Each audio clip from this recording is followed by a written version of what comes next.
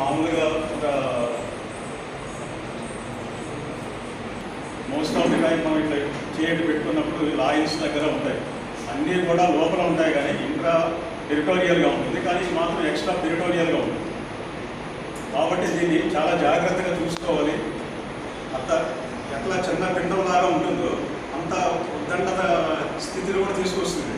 ఎందుకు జాగ్రత్తగా లేకపోతే కిడ్నీ ఫెయిల్యూర్ అవటం చాలా ప్రాబ్లానికి దారి తీస్తుంటాయి. ఎక్కువగా ఏమంటే మొత్తం మీద 10% మంది ఈ కిడ్నీ డిసీజ్ తోటి బాధపడే వాళ్ళు ఎక్కువ మంది ఉన్నారు.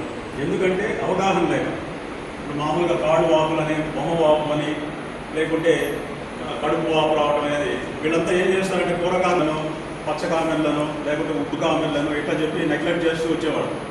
కానీ ఇప్పుడు ఆధునిక యుగంలో ప్రతి ఒక్కరు కూడా డాక్టర్ దగ్గరికి వెళ్ళి పరీక్ష చేయించుకుంటే ఆ వ్యాధి అనేది బయటపడుతుంది. కాబట్టి ఈ థీమ్ కూడా ఈ సంవత్సరం ఎర్లీగా డిటెక్ట్ చేసుకోవడం, కిడ్నీకి సంబంధించిన వ్యాధికి సంబంధించినటువంటి లక్షణాలన్నీ కూడా ఉంటే ఎర్లీగా డిటెక్ట్ చేసుకొని వాటికి నివారణోపాయాలను ఆలోచించుకుంటే మనం సేఫ్ సైడ్గా ఉంటామనేది ఆలోచన. ముఖ్యంగా మనం అందరికీ తెలుసు కిడ్నీలు ఏం చేస్తారు. ముఖ్యంగా ఈ రక్తం అనేది శుభ్రం చేసి ఈ వ్యర్థ పదార్థాలన్నింటినీ కూడా ద్రవ రూపంలో, మూత్ర రూపంలో బయటకు పంపిస్తుంటాయి. అంటే కాబట్టి మనం తీసుకున్నటువంటి ఆహారం కూడా చాలా స్వచ్ఛంగా ఉండాలి, శుభ్రతతో పాటించినటువంటి అయితే హ్యాపీగా ఉంటుంది.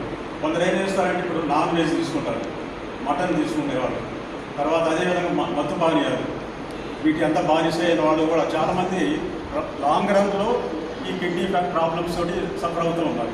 అదేవిధంగా ఒబిసిటీ అంటే ఎక్కువగా బరువు ఉండేవాళ్ళు, తర్వాత మధుమేహం అంటే షుగర్ ఉండేవాళ్ళు, అదేవిధంగా బీపీ ఉండేవాళ్ళు, వీళ్ళందరూ కూడా ఎఫెక్ట్ అవుతూ ఉంటారు.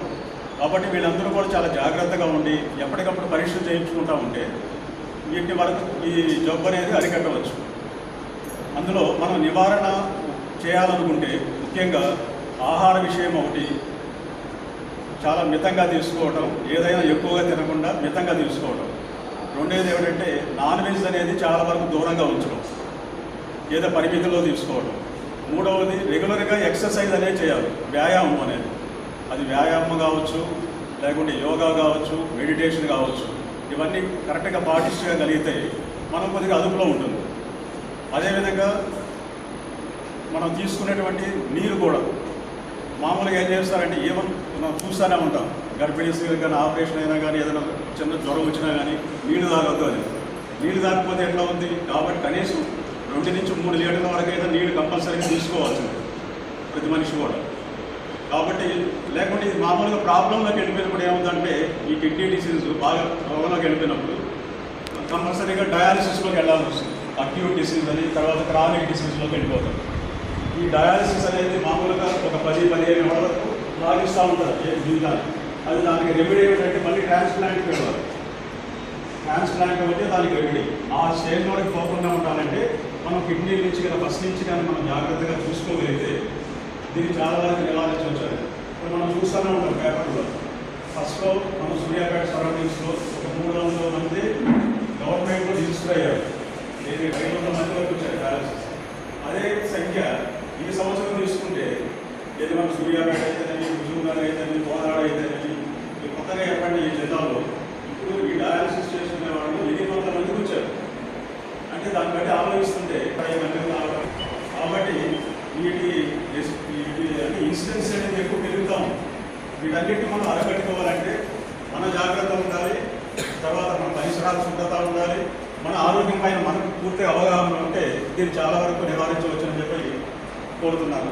అదేవిధంగా మీరందరూ కూడా ఎవ్రీ 3 months ఒకసారి మన డాక్టర్స్ అంతా ఉన్నారు ఇక్కడ, కిడ్నీకి సంబంధించి నెఫ్రాలజిస్ట్ ఉన్నారు, యూరాలజిస్ట్ ఉన్నారు, తర్వాత మిగతా డాక్టర్స్ గ్యాస్ట్రో సంబంధించి, జీర్ణకోశ వ్యాధికి సంబంధించినటువంటి, తర్వాత లివర్కి సంబంధించిన వాళ్ళు, అదేవిధంగా నరాలకు సంబంధించిన డాక్టర్స్, ఈ SPR kidney and super speciality కింద వీళ్ళందరూ కూడా ఉన్నారు.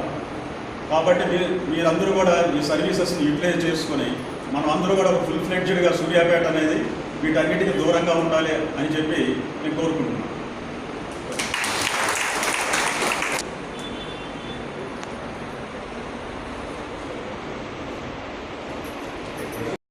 కంపెనీ అని మీ పేరే ఉంటుంది. ఇది one of the biggest and realistic company చాలా నియమబద్ధతో కూడింది. ఇప్పుడు చాలా స్ట్రిక్ట్ అయినటువంటిది, అంటే ఏమాత్రం జెనరిక్స్ కానీ ఎటువంటి ఉండవు. చాలా మంచి కంపెనీ. వాళ్ళు అందులో పనిచేసేటటువంటి ప్రతి ఒక్కరూ కూడా చాలా డెడికేటెడ్గా పనిచేస్తారు. అందులో one of the senior person is Raju garu. Is the main person to organise. అదేవిధంగా వాళ్ళ అసిస్టెంట్ వేణుగోపాల్ గారు, రామ్ గారు. వాళ్ళ యొక్క ప్రోద్బలం అయితేనేమి, వారి యొక్క సహకారంతో ఈ యొక్క ఆర్గనైజేషన్ ఇవాళ కల్పించుకోవడం జరిగింది. మన హాస్పిటల్ తరఫున వాళ్ళందరికీ కూడా కృతజ్ఞతలు తెలియజేస్తున్నాం.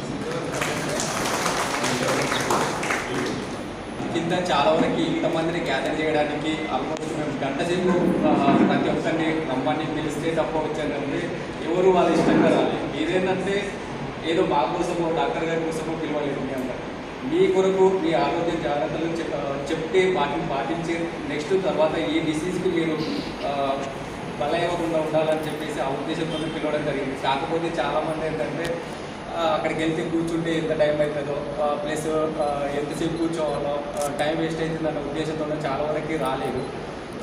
ఇక్కడికి వస్తే అట్లీస్ట్ మీరు డైలీ ఏదైతే హెల్త్ ఇష్యూస్ కాపాడుకోవడానికి యూజ్ అవుతుందన్న ఉద్దేశంతో ఈ క్యాంప్ అనేది మేము కండక్ట్ చేయడం జరిగింది. సో ఇక్కడికి వచ్చిన ప్రతి ఒక్కరికి పేరు ధన్యవాదాలు. Thank you.